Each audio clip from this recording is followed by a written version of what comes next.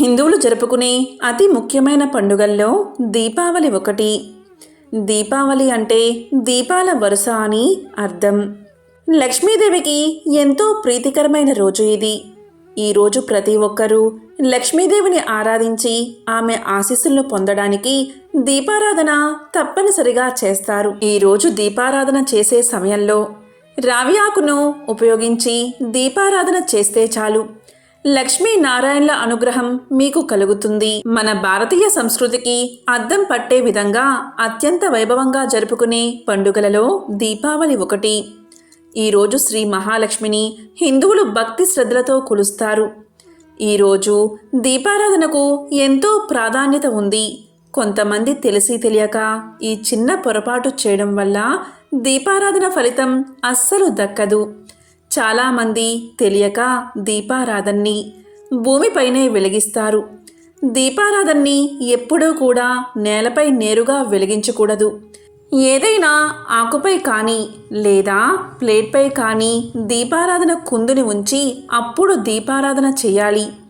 ఈరోజు ముఖ్యంగా అంటే దీపావళి రోజు ముఖ్యంగా రావి ఆకు ఉంచి దానిపై ప్రమిద ఉంచి దీపారాధన చేయడం వల్ల విశేషమైన పుణ్యం మీకు లభిస్తుంది. ఎందుకు అంటే రావి ఆకు సాక్షాత్తు మహావిష్ణువు స్వరూపం. శ్రీ మహాలక్ష్మికి ఎంతో ప్రీతికరమైనది. రావి ఆకు మీద దీపారాధన కుందులను లేదా ప్రమిదలు ఉంచి దీపారాధన చేసినట్లయితే లక్ష్మీనారాయణల అనుగ్రహం మీకు కలుగుతుంది. రావి చెట్టును సాక్షాత్తు త్రిమూర్తుల స్వరూపమని పురాణాలు చెబుతున్నాయి. త్రిమూర్తుల అనుగ్రహం మీకు కలగాలి అన్నా, ఆర్థిక ఇబ్బందుల నుండి బయటపడాలి అన్నా ఎంతో పవిత్రమైన ఈ దీపావళి అమావాస్య రోజు రావి చెట్టు ఆకుల మీద ప్రమిద ఉంచి దీపారాధన చేయండి. ఇలా చేస్తే ఉత్తమ ఫలితాలు కలుగుతాయి. ఇక దీపారాధన ఎలా చేయాలి అంటే రావి ఆకు తీసుకుని దాన్ని శుభ్రంగా కడిగి రావి చెట్టు కాడ అనేది లక్ష్మీదేవి ఫోటో వైపు ఉంచి ఆకు చివరి భాగం మన వైపు ఉండేలా చూసుకుని దాని మీద ప్రమిద పెట్టి ఆవు నెయ్యి కానీ నువ్వుల నూనె కానీ కొబ్బరి నూనె కానీ పోసి దీపారాధన చెయ్యాలి. ఇలా చేస్తే చాలు, రాహు కేతు దోషాలు తొలగిపోతాయి, శని బాధలు నివారణ అవుతాయి, నవగ్రహాల అనుగ్రహం మీకు కలుగుతుంది, అఖండ ఐశ్వర్యం కలుగుతుంది, సకల దోషాలు తొలగిపోతాయి. దీపావళి రోజున మహాలక్ష్మి పూజకు ఎంతో విశిష్టత ఉంది. దీనికి సంబంధించిన ఒక కథ చెబుతారు. పూర్వం ఒకసారి దూర్వాస మహర్షి దేవేంద్రుడి ఆతిథ్యానికి వెళ్ళి ఒక హారాన్ని ఇస్తాడు. ఆ హారాన్ని తిరస్కరించిన ఇంద్రుడు తన ఐరావతం మెడలో ఆ హారాన్ని వేస్తాడు. ఏనుగు ఆ హారాన్ని కాలితో తొక్కేస్తుంది. అసలే దూర్వాసుడికి కోపం ఎక్కువ. ఇదంతా చూసి కోపంతో రగిలిపోయిన ఆ మహర్షి దేవేంద్రుణ్ణి శపిస్తాడు. ఆ శాప ఫలితంగా తన స్థానాన్ని సర్వ సంపదలను కోల్పోతాడు. దిక్కు తోచని స్థితిలో శ్రీ మహావిష్ణువును ప్రార్థిస్తాడు.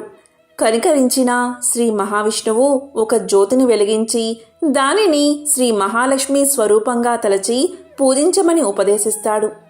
ఇంద్రుడు అలా చేసిన తర్వాత పోయిన సిరి సంపదలు తిరిగొచ్చాయని పురాణ కథనం.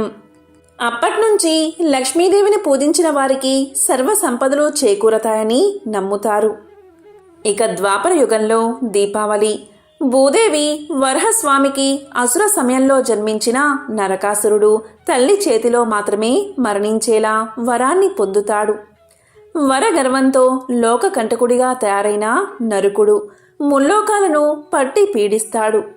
నరకాసురుడి బాధలు భరించలేని దేవతలు, మునులు, గంధర్వులు శ్రీహరికి తమ గోడు వెళ్ళబోసుకుంటారు.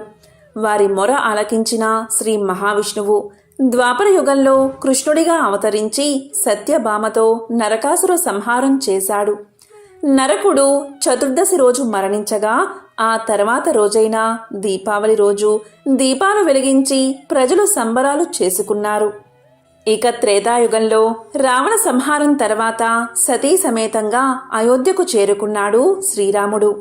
అందుకే దసరాకి రావణ దహనం కార్యక్రమం నిర్వహిస్తారు. దసరా తరువాత వచ్చే పండుగ దీపావళి. రావణ సంహారం తర్వాత అయోధ్యకు చేరుకోవడంతో ప్రజలంతా దీపాలు వెలిగించి బాణాసంచా కాల్చి సంబరాలు చేసుకున్నారు. సాధ్యం త్రివర్తి సంయుక్తం వహ్నినా యోజితం మయా గృహాణ మంగళదీపం త్రైలోక్య తిమిరాపహం భక్తాదీపం ప్రయచ్చామి దేవాయ పరమాత్మనే త్రాహిమాం నరకాత్ ఘోరాత్ దివ్యజ్యోతి నమోస్తుతే.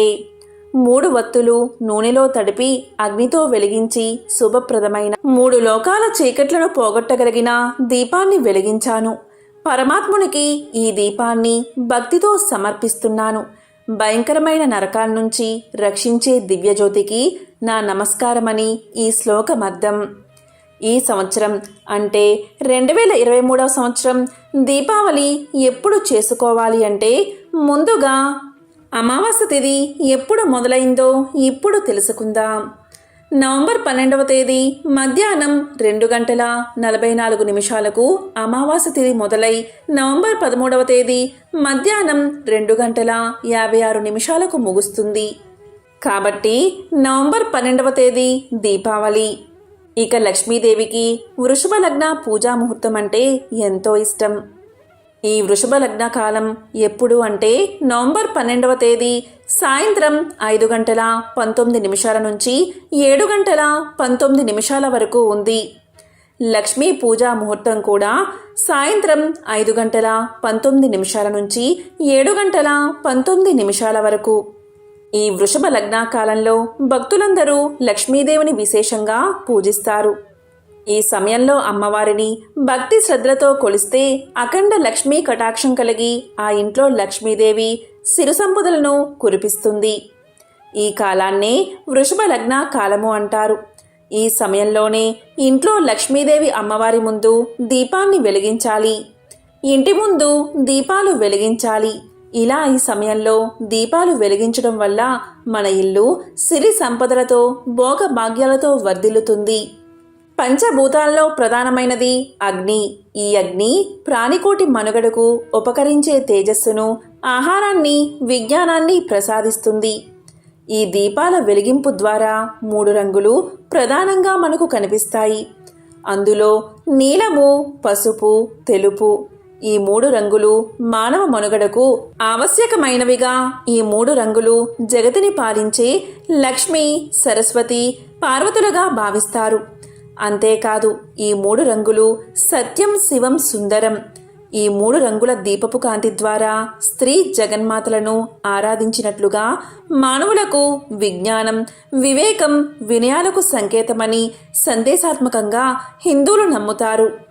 మానవుడు నరకం నుంచి తప్పించుకోవాలి అంటే, అలాగే దక్షిణాయన పాపకాలం నుంచి తప్పించుకోవడానికి జ్యోతిని దానం చెయ్యాలని చెప్తారు. అందుకుగాను ఆశ్వయుజ మాసంలో వచ్చే బహుళ చతుర్దశి, అమావాస్యలు పరమ పవిత్ర పర్వదినాలుగా భక్తులు భావిస్తారు. దీపావళికి అంతటి శక్తి ఉంది కాబట్టి ఈ దీపాన్ని ఈ వృషభ లగ్న కాలంలో ప్రతి ఒక్కరూ లక్ష్మీదేవి ముందు, అలాగే మన ఇంట్లో వెలిగించాలి. ఇక దీపావళి రోజు అంటే నవంబర్ 12వ తేదీ ఆదివారం రోజు ప్రదోషకాలం వచ్చేసి సాయంత్రం 5:08 నుంచి 7:41 వరకు ఉంది. ఈ లక్ష్మీ పూజా సమయంలో వృషభ లగ్న కాలంలో లక్ష్మీదేవి ముందు ఉసిరికాయ దీపాన్ని వెలిగించి లక్ష్మీదేవికి హారతి ఇస్తే చాలు, ఇంట్లో ఉన్న దరిద్రం మొత్తం తొలగిపోతుంది. ఎందుకు అంటే ఉసిరికాయ శ్రీ మహాలక్ష్మికి ఎంతో ప్రీతికరమైనది. లక్ష్మీదేవికి ఎంతో ప్రీతికరమైన ఉసిరికాయ దీపం వెలిగిస్తే కోరిన కోరికలు తీరతాయి. ఈ మహానిశిత కాలంలో ఓం లక్ష్మీ నమో నమః, ఓం లక్ష్మీ నమో నమః అని 108 సార్లు జపిస్తే చాలు అఖండ ఐశ్వర్యం ప్రాప్తిస్తుందని పురాణాలు చెబుతున్నాయి. ఆదివారం మధ్యాహ్నం నుంచి అమావాస్య మొదలైంది కాబట్టి ఆదివారం ఉదయం నరక చతుర్థి చేసుకోవాలి. ప్రతి ఒక్కరూ ఈరోజు తప్పనిసరిగా తైలాభ్యంగన స్నానం చేయాలి. అంటే తెల్లవారుజామున 5:17 నుంచి 6:53 లోపు తైలాభ్యంగన స్నానం చేయాలి. తరువాత నరకాసురుడికి చతుర్వతి దీపదానం వదలాలి. అలాగే నరక చతుర్దశి అమావాస్య రోజుల్లో దీపదానం చేస్తే ఎనలేని పుణ్యం కలుగుతుంది. శాస్త్రాల్లో చెప్పిన ప్రకారం దీపదానం అంటే దీప ప్రజ్వలనం చేయాలి. అలాగే ఉల్కా ప్రదర్శనం ఆచరించాలి.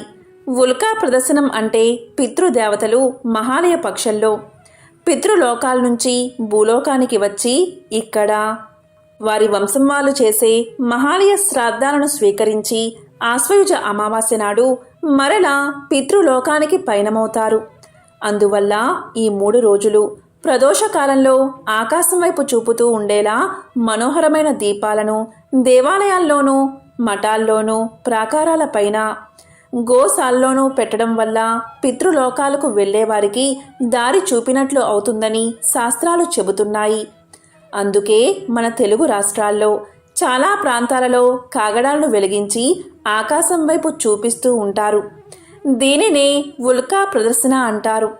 ఇప్పటి రోజుల్లో కాగడా స్థానాలలో గోవు కర్రలు లేదా చెరుకు కర్రలు లేదా ఆముదపు కర్రలను ఉపయోగించి వాటి చివరన నూనెలో ముంచిన గుడ్డలను కట్టి వాటిని వెలిగించడం కూడా కొన్ని ప్రాంతాల్లో మనం చూస్తూ ఉంటాం. అంతేకాదు ఆశ్వయుజ చతుర్దశి, ఆశ్వయుజ అమావాస్య, అలాగే కార్తీక పౌర్ణమి ఈ 3 రోజులను దీపావళి దినములు అంటారు.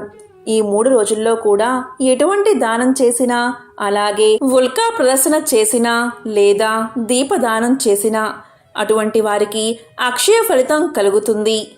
నవంబర్ 12వ తేదీ రాత్రి పూర్తిగా అమావాస్య గడియలు ఉన్నాయి.